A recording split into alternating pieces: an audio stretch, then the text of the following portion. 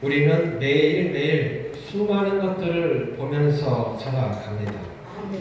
아침에 눈을 뜨면 제일 먼저 보는 게 뭐예요? 스마트폰을 먼저 보시지 않습니까? 그리고 거울을 봅니다. 그리고 자연의 풍경을 보기도 합니다. 또 사람들의 얼굴을 보면서 살아갑니다. 그런데 우리는 이 많은 것들을 보면서 과연 제대로 보고 있을까라고 생각해 보았습니다. 보석 감정 전 분야에서 초보 감정사와 베테랑 감정사의 차이가 확연하다고 합니다. 초보 감정사들은 유리나 큐빅으로 만든 겉보기에 아주 화려하고 흠집 하나 없이 반짝이는 가짜 다이아몬드에 확 시선이 끌리기도 한다고 하지요.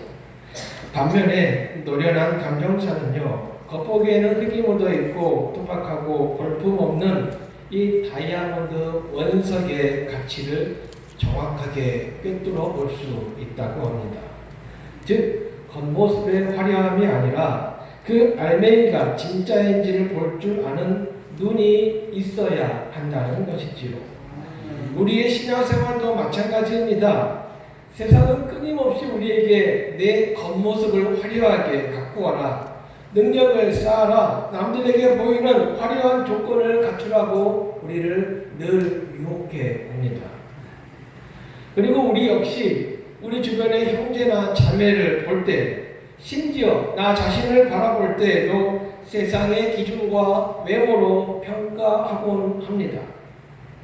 오늘 본문은 우리에게 아주 근본적인 질문을 던져주고 있습니다. 우리는 지금 무엇을 바라보고 있는가? 오늘 말씀을 통하여 우리의 왜곡된 영적 시선이 교정되고 하나님의 눈으로 바라보는 은혜가 있기를 주님의 이름으로 축복합니다. 당시에 이스라엘은 영적으로, 정치적으로 매우 어두운 터널을 지나고 있었습니다. 초대 이스라엘의 왕이었던 사울, 이 사울이요, 처음에는 아주 겸손한 사람이었습니다. 그런데 왕위가 견고해지자 점차 교만해졌습니다. 하나님의 명령에 불순종했고요, 아말렉과의 전쟁에서는요, 전리품을 자기 마음대로 남겨두는 죄를 범했습니다. 결국 하나님은 사울을 왕으로 세우신 것을 후회하시고 사울을 버리셨습니다. 이 상황에서 이스라엘의 영적 지도자였던 사무엘 선지자 마음은 어떠했을까요?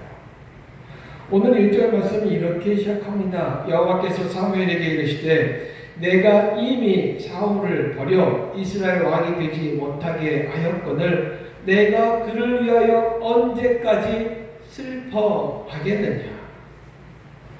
사무엘은 지금 깊은 슬픔에 빠져 있었습니다. 그리고 두려움에 빠져 있었죠. 왜냐하면 자신이 기름 부어 세운 첫 번째 왕이 무너지는 모습을 보면서 깊은 절망감이 찾아왔습니다. 또 하나는 미래에 대한 두려움이었지요. 사울이 버림받았다면 이 나라의 미래는 과연 어떻게 될 것인가? 한 사람을 버린 것으로 끝나는 것이 아닙니다. 이 사람이 누구예요? 왕이잖아요. 또한 이제 새로운 사람에게 기름을 부어서 왕을 삼아야 할 텐데 만약 사울에게 들키기라도 하면 내 생명은 어떻게 될 것인가? 현실적인 공포가 찾아왔습니다. 이렇게 깊은 슬픔과 두려움에 빠져있던 사무엘에게 하나님께서 말씀하십니다. 뿔에 기름을 채워 가지고 가라. 내가 너를 베들레헴 사람 이새에게로 보내리니 이는 내가 그의 아들 중에서 한 왕을 보았느니라. 하나님은 사울이라는 닫힌 문 앞에 슬퍼하고 있는 사무엘에게 이세의 아들이라는 새로운 문을 열어주고 계십니다. 우리는 우리의 눈앞에 보이는 절망만 보일 때 하나님은 뒤에서 일하고 계시는 줄 믿습니다. 사무엘은 하나님의 말씀에 순종하여 베들레헴 이세의 집으로 갑니다. 그리고 제사를 드린 후에 이세의 아들들을 한 명씩 만나기 시작합니다. 이 상황에서 우리는 사람의 시선과 하나님의 시선이 어떻게 충돌하는지 볼 수 있습니다. 첫 번째 아들 엘리압을 보았습니다. 엘리압이요, 꽤 키도 크고 잘생겼던 것 같습니다. 이세의 장남 엘리압이 사무엘 앞으로 걸어나오자 엘리압을 처음 본 사무엘이 느끼는 것은 사무엘의 가슴이 뛰기 시작했다는 것입니다.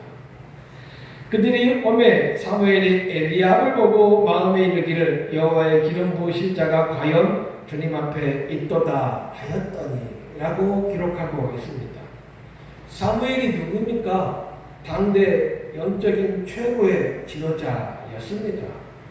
그랬던 사무엘조차 엘리압의 훤칠한 키, 당당한 체구, 장남으로서의 위엄을 보고 이 사람이야말로 하나님의 왕이로구나 라고 판단해 버리고 말았습니다. 왜 그랬을까요? 사무엘의 무의식 속에는요, 여전히 사울에 대한 외모에 대한 기준이 남아 있었기 때문입니다. 사울이 누구였나요? 이스라엘 사람들보다 평균 키보다 머리 하나가 더 있었다고 하지 않았습니까? 사무엘은 사울을 통해 겉모습이 전부가 아니라는 뼈아픈 경험을 했음에도 불구하고 또다시 외모, 조건이라는 인간적인 기준으로 왕을 찾고 있었다는 것이죠. 사무엘이 그랬는데 우리는 오죽하겠습니까? 그때 하나님께서 사무엘의 영적 눈을 번쩍 띄게 하는 말씀을 주십니다. 오늘 말씀의 핵심 구절인 7절입니다. 여호와께서 사무엘에게 이르시되 그의 용모와 키를 보지 말라. 내가 이미 그를 버렸노라. 내가 보는 것은 사람과 같지 아니하니 사람은 외모를 보거니와 나 여호와는 중심을 보느니라 하시더라.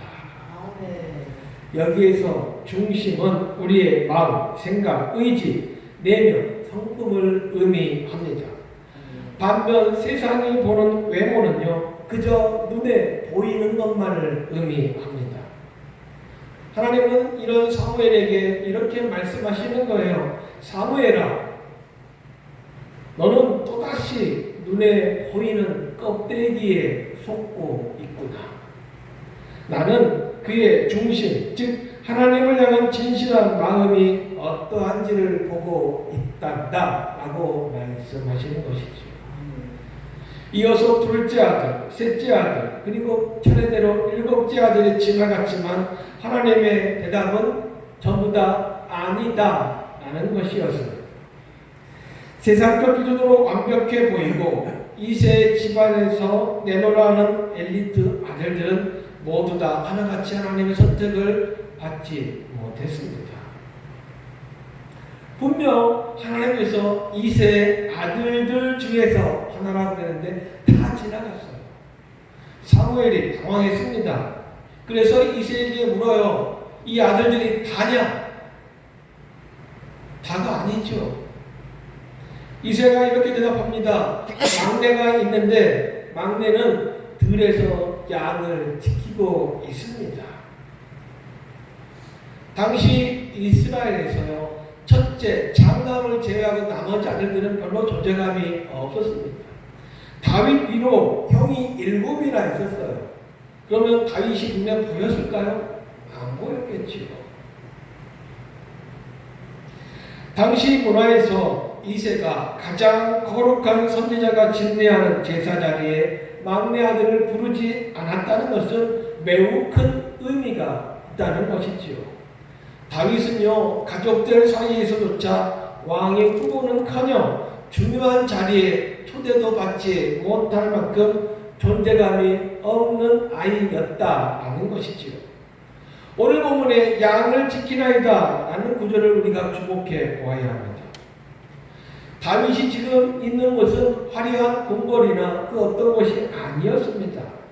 사람들이 박수 쳐주는 그런 무대도 아니었어요. 어떤 곳이냐면요, 사자와 곰이 나타나는 위험한 곳이었습니다. 양떼 근처에 가보셨습니까? 냄새가요 기가 막히게 나요. 좋은 냄새가 아니라요 꾸리꾸리한 냄새가 나요. 외롭고요 거친 현장이었습니다. 넓은 들판에 사람이라고는 다윗 혼자밖에 없었습니다. 그런데요 다윗은 아무도 보지 않은 그 곳에서 중심을 다해 일했다는 것이지요.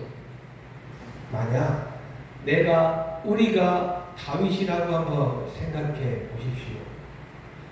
10대예요 10대. 15살, 6살, 17살 이 사이에 다윗입니다. 지금 15, 16, 17 사이의 아이들은요 한참 반항기예요. 반항기. 집에도 잘 안 들어오려고 그래요. 친구들이 좋아요. 부모들이 좋아요. 부모가 좋아요. 친구가 좋아요. 친구가 좋다고 그래요. 그래서 친구 따라 어디 간다고? 강남 간다고 하지 않습니까? 매일매일 반복되는 일상입니다. 아무도 내 수고를 알아주지도 않아요. 나도 친구들이랑 놀고 싶어요. 형들은 다 집에서 편하게 쉬고 있는데 나만 이 들판에서 먼 곳에 개고생하고 있어요. 아무도 보지 않습니다. 그러면 어떻게 해요? 대충 하지 않겠습니까? 그러나 다윗은요 사자와 곰이 양을 물어갈 때 목숨을 걸고 그 짐승들과 싸웠습니다. 외로운 밤이면 무엇을 했어요? 하나님을 찬양하는 시를 썼습니다. 그의 중심은 들판에서 아무도 보지 않는 골방에서 하나님을 향한 순전한 예배로 가득 차 있었던 것입니다. 세계에서 유명한 건축물들을 보잖아요. 그러면 겉으로 드러난 화려한 기둥과 유리창, 멋진 조형물들에 사람들이 감탄을 쏟아냅니다. 하지만 건축 전문가들은 이렇게 이야기합니다.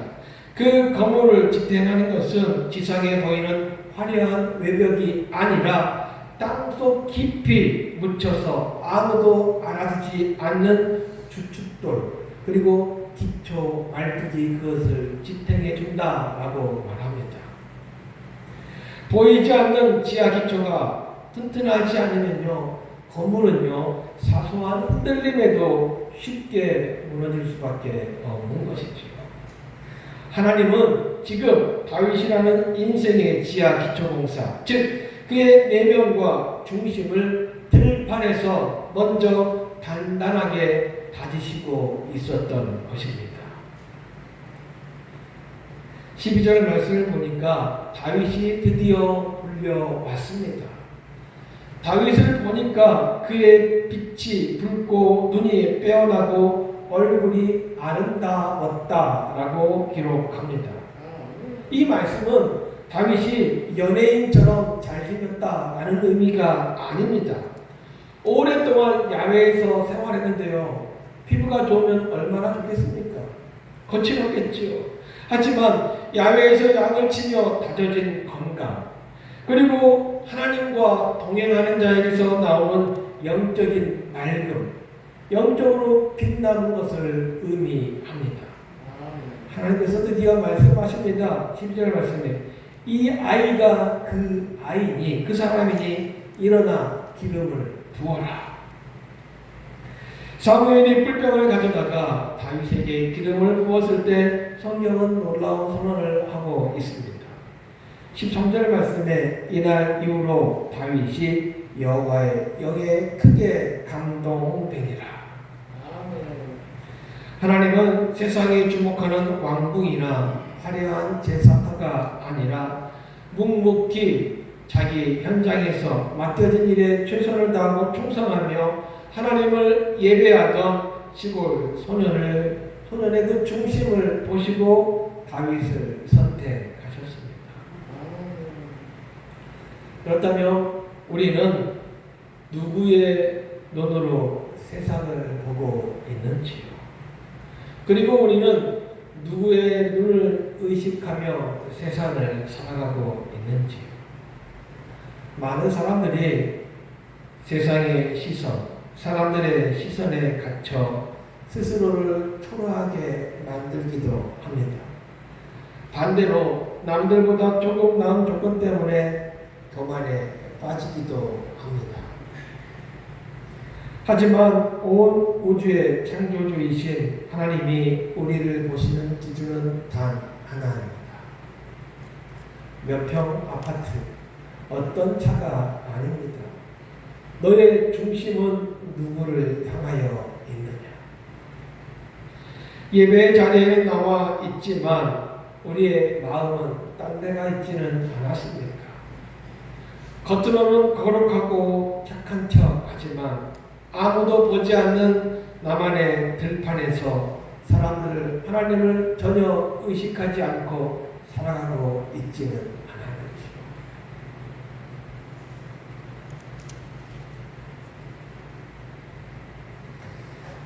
내가 가진 조건 때문에 낙심하지 마십시오. 혹 내가 남들보다 조금 더 가졌다고 교만하지도 마십시오. 세상이 나를 알아주지 않고 가족들마저 나를 막내 다윗처럼 변두리에 내버려 둘지라도 낙심하지 마십시오. 하나님은 지금도 들판에 홀로 서 있는 내 중심을 보고 계시는 줄 믿습니다.